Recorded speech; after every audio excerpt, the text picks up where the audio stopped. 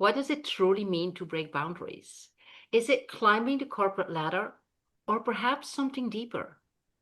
Today, we dive into the journey of a woman who shatters limits not just in boardrooms or C suites, but across continents and cultures.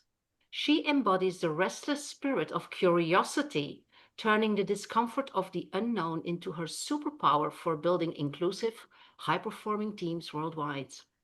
Get ready to be inspired by someone who proves that reinvention and resilience are the keys to authentic global leadership. I am thrilled to welcome Allison Anti to the Boundary Breakers Collective. Allison is a global strategic people partner who helps companies worldwide translate complex goals into people centered strategies. A three-time expat calling London, Lisbon, and Milan home, her journey, inspired by her family's immigrant roots, fuels her unique global mindset and calm adaptability.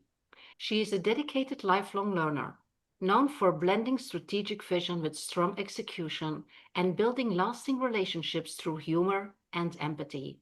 A huge welcome, Alison. I am thrilled to have you here. How are you doing? Doing very well. Thank you so much. I've been so excited to do this, and I've just immensely enjoyed our conversation. So this will be really fun. Yes, absolutely. And this will be just like a continuation of our conversations. I Very felt much. that you had so many things to share also with our audience, and I'm really interested to learn from you. And I'm sure that our audience is as well. So people are listening in here on LinkedIn, on YouTube, on Facebook. We are basically streaming this everywhere. And for everybody listening in or watching this, feel free to participate. If you have any comments or feedback or questions, just put them in the space below and we will monitor and get back to you. So you can really actively participate in this conversation, even if it is a replay that you will see. So, Alison, what does breaking boundaries mean to you personally? Such a good question because it's something I didn't think about early in my life and career. And to me, it means the sky's the limit. But what does that actually mean in reality? And for me, it was I have a dream. How can I get there? I have a passion. Okay, what do I need? What learnings do I need? And breaking boundaries early in my life, I followed the path you're always supposed to and college and have a career afterwards. And living overseas was always something I really wanted to do, working in a global role. And those were things that just were not the norm that I actually did later in life. And I remember people telling me before I moved to New York City, oh my gosh, you're moving to New York City. You have to make new friends. Like, you're going to have this whole new life. And I was like, this is just the beginning. You have no idea. And I just remember thinking, I'm doing kind of things out of the norm, but didn't really think that. And now I think of breaking boundaries as empowering. I think it's Mhm. brave. I also think it's more of the norm now to not do what everyone thinks you should do. And when you Mm. actually break the boundaries, I've had amazing friendships that I still are just super close to people that I've through travel. I've networked with people in authentic ways and met in different ways, like yourself, and have had amazing relationships and mentors that I think breaking boundaries to me is you set yourself up for a challenge and you'll be rewarded more than you ever think. It's Mm. scary. Some people won't be supportive, but the payoff is always going to be more of a surprise every single time I did Yeah. it. It's interesting when we talk about breaking boundaries. I always see two levels. I see the boundaries that society and others put on us, expectations, the rules, the things that always have been like that, and where we try to adapt. And then when we break those boundaries, it's pushing outside. And then, of course, there also are our internal boundaries that a lot of us call in corporate life the glass ceiling, but it Yep. is basically something that a lot of us also call it limiting beliefs, right? It is about what it is that we tell ourselves, or inner critic, or this inner voice that always tells you shouldn't be doing that. You might disappoint people, or you might disappoint yourself, or people will make fun of you because you will not succeed. You might fail, things like that. So there's so many boundaries that are surrounding us that sometimes we're not even aware of them. And then when I hear you say it's more something, breaking boundaries nowadays is something that more people do, then I would say, if I may, I'm not sure.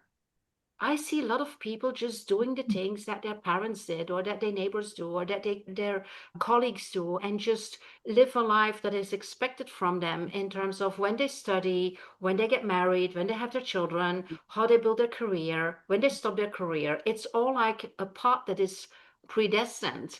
And so people that do different things, like you going abroad, or me going to live on the top of a mountain in the middle of nowhere, then people start saying, hey, what are you doing?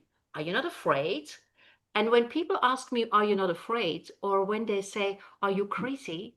Then I know that I'm breaking boundaries. And I also know that most of them are just projecting their own fears to me or to you when they ask this question about you in New York.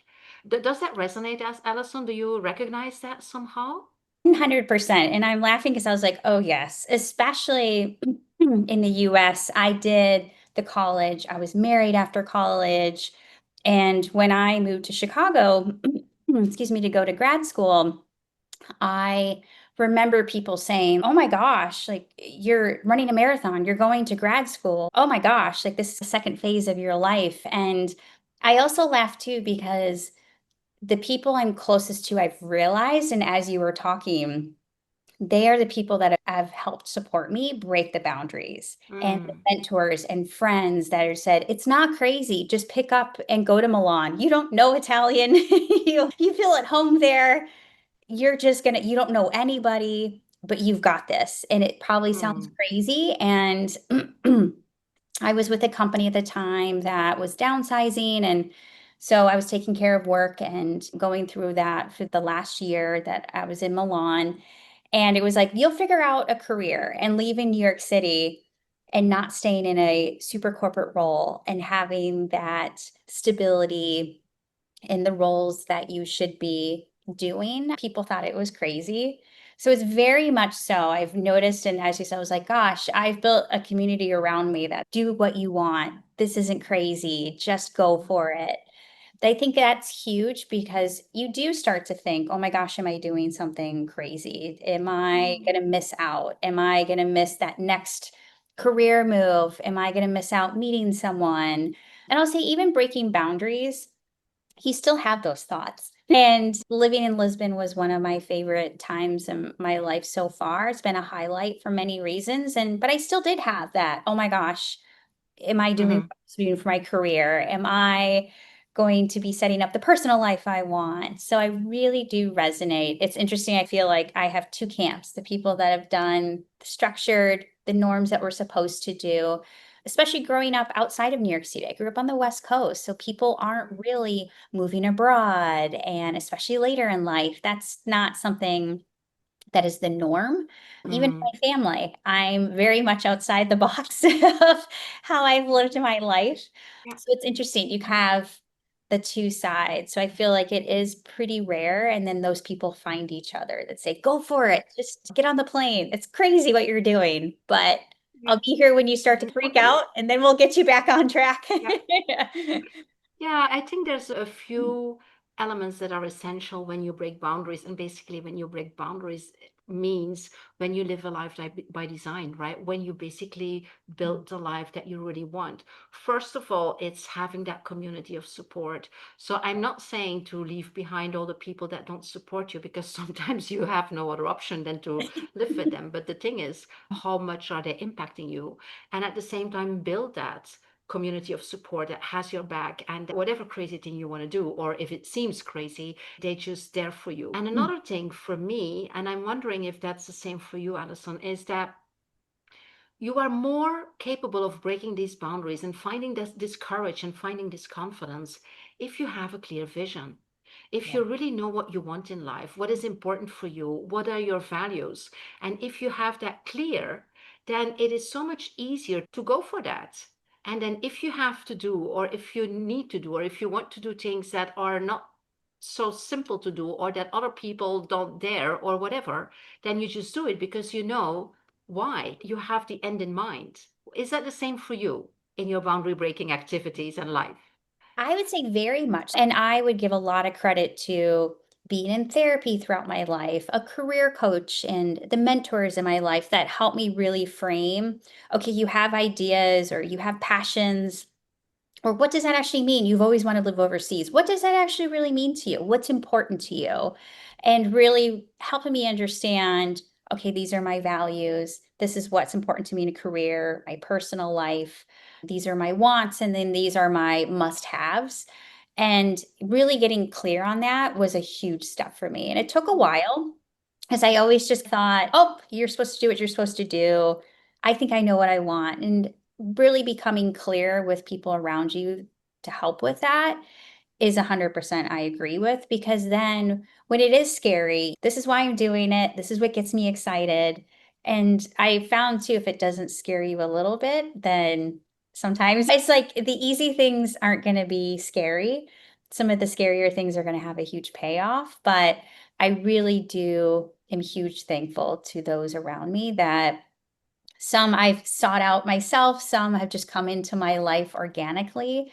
And that is the key ingredient, because those people have helped me go back to when things aren't working out that you were hoping, and you took that big chance of, okay, let's go back to what you were trying to get to, or this is what your values are. Ah, that's right. Okay. And that becomes your foundation.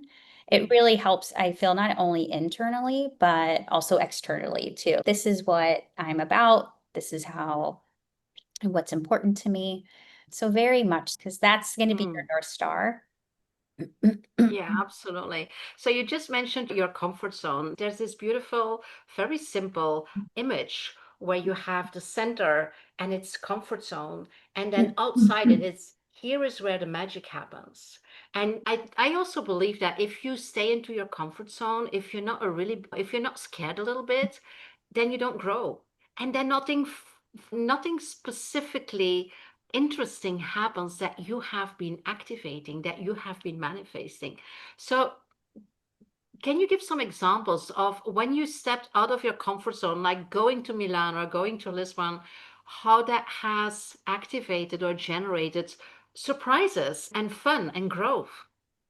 Very much. And I laugh because I grew up in such a comfort zone. I was extremely shy. People think, oh my gosh, you're so extroverted. I was like, no. Like, I was an extremely shy child. I wouldn't even do spelling bees at school because I was too shy to even speak on stage. And turns into I just picked up my suitcase and moved to Milan later in life.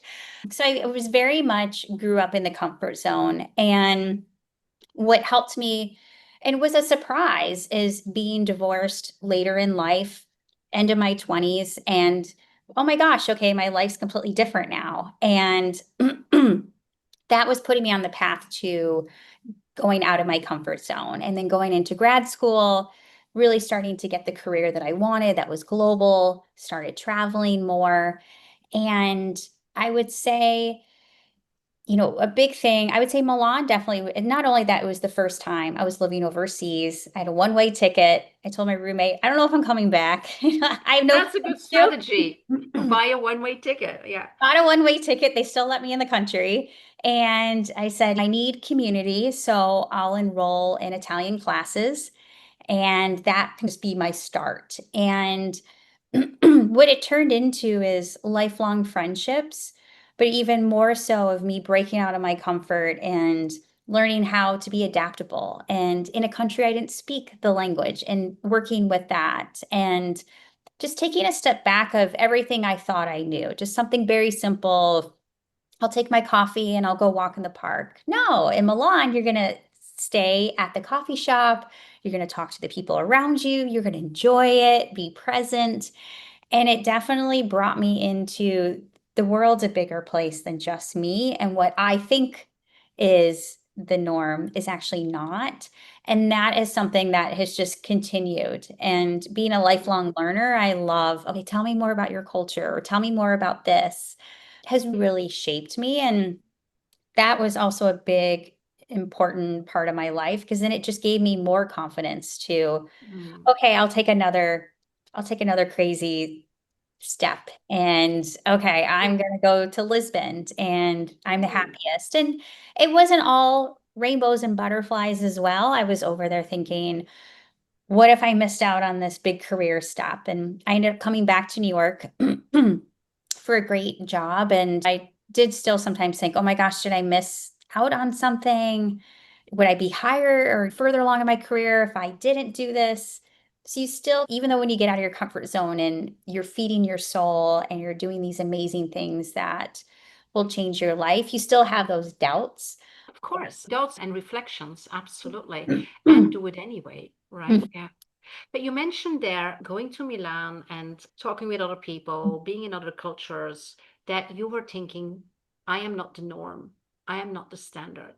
Yeah. I think that is such an important thing to say because we do think that we sometimes forget that we're not the center of the world. We sometimes forget that the way we see things is not the way other people see things.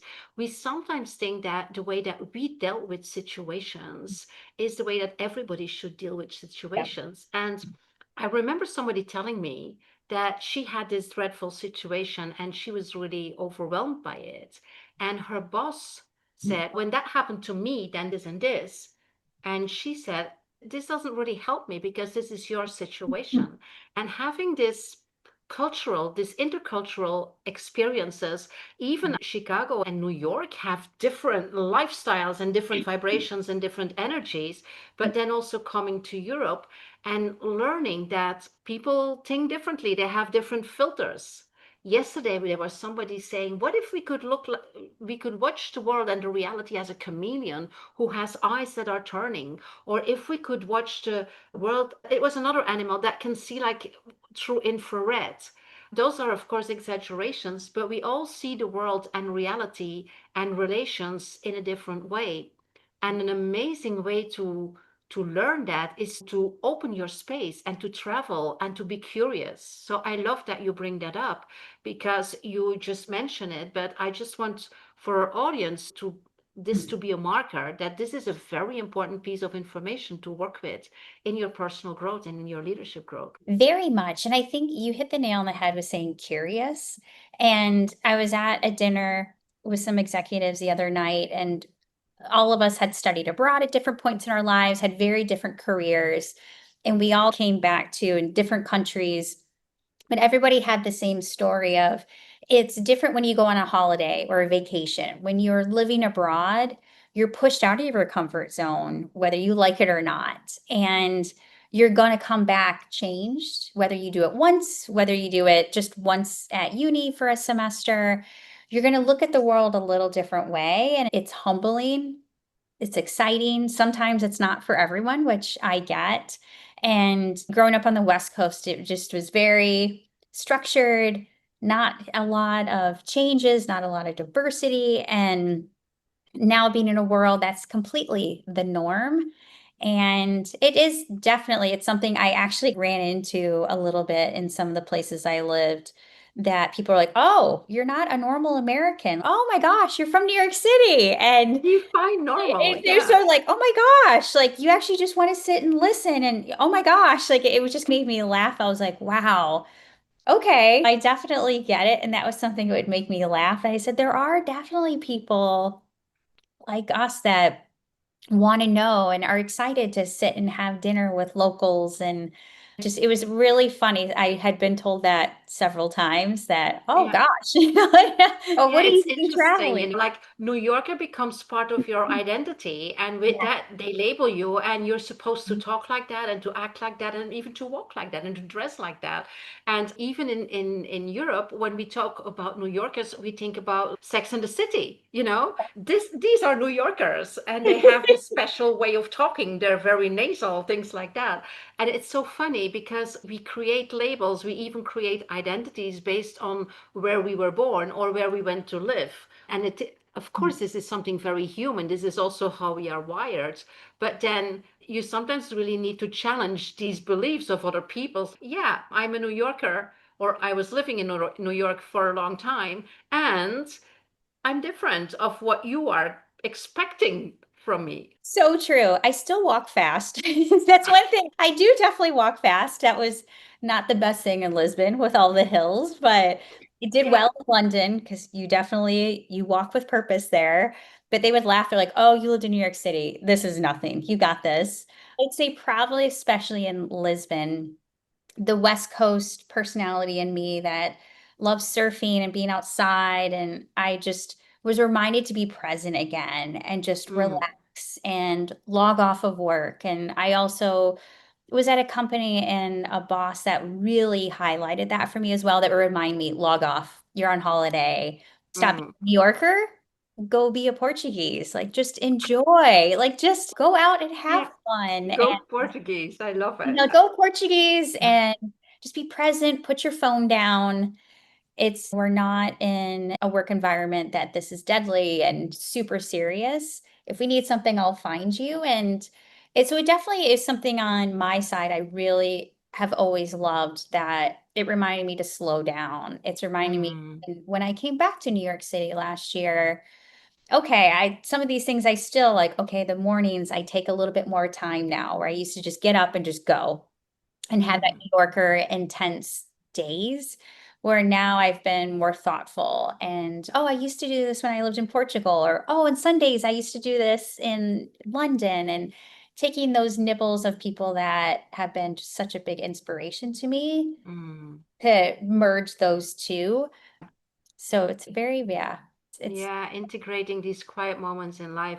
This is another thing of boundaries because we are talking here about breaking boundaries, and at the same time, what is as essential it is to set boundaries, and not only set boundaries to other people or situations or external triggers, and there's more and more of those, as we all yes, know, but yeah, also setting boundaries to yourself and make commitments with yourself and stick to them, honor them in terms of taking some time for yourself, yeah, taking some reflection time, taking some unwind time, taking some detox time from electronics or from whatever is very active or present in your life.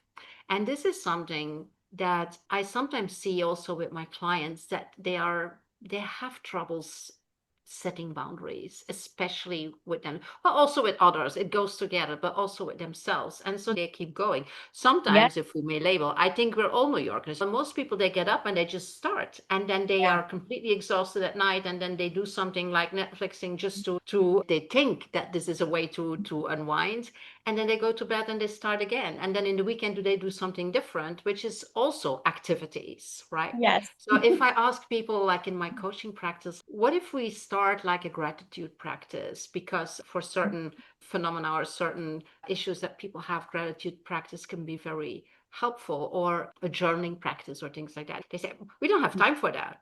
And I said, can you carve out like 15 minutes in your day? And they say, no, yeah. we cannot. I say, wow, wow, I was interesting. laughing. Yeah. I was like, yes, we've spoken about this too. I was like, yes, and yes. It's Mm, interesting because I, New York City is amazing in ways, and there's opportunities here and really just amazing things you can do personally. And it's a very cool place, but it's also a place that will teach you, even if it's the hard way, you have to slow down. And I am mm, someone that continuously dealt with burnout personally, professionally.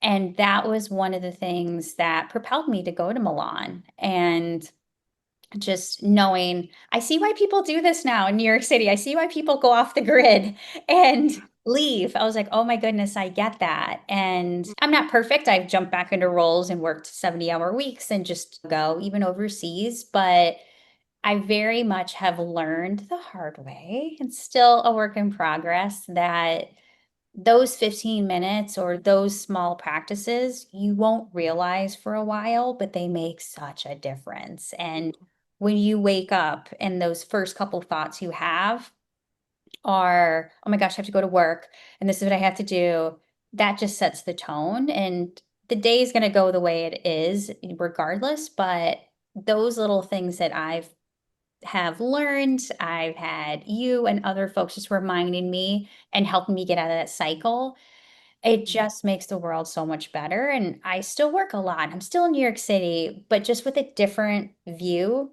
and a different energy. I find it took me probably too long to figure that out, but Mm, I will say later in life and even coming back to New York City, I had told myself I need to break some of these routines and break some of these thoughts that I've had living in this environment before for 9 years. And it's been definitely different. And you start to realize, oh my gosh, the people around me that I surround myself with are the same. We work hard, mm, but then it helps me turn off when I'm around these people. I want to be present and taking all these amazing lessons that I've learned from being overseas that I feel just such gratitude about, that they've reminded me stay present, enjoy life. It's not all about work, and mm, your career will be your career. There's things you just cannot control, even though you want to. And life's going to take turns, but this is what's going to help when life gets chaotic or it takes a turn that you're not prepared for. That will bring you back to your core. mm. So I've learned more than just how to deal with the burnout. And like I said, I'm still a work in progress, but it's something I think I see, you see to an extent, especially in New York City, because everybody is just pushing and going, and that's just the cool thing. And you're just that hustle. And then you realize I can work just as hard, but I can actually be fulfilled in a really great way that I didn't really see that before. And a lot of times, again, having that open eyes and learning from other people and people that were very successful. And she's like, oh my gosh, what am I doing? This is, even log Yeah. off, or they had their coffee and they looked at no emails, or on Saturday, to your point, Mm, they didn't do this crazy weekend. They had this relaxing and just hanging out and just sitting mm, in a cafe, have no plans. Oh my gosh. Okay. Because, mm. yeah, I think it starts to just slowly, wow, there's a big Yeah. difference in happiness. Beautiful. Yeah, thank you for sharing. There's so many lessons that you already shared with us in terms of how to break boundaries, how to live that life by design. And just out of my head, I'm remembering the building your community of support that has your back, even with the crazy things that you want to do.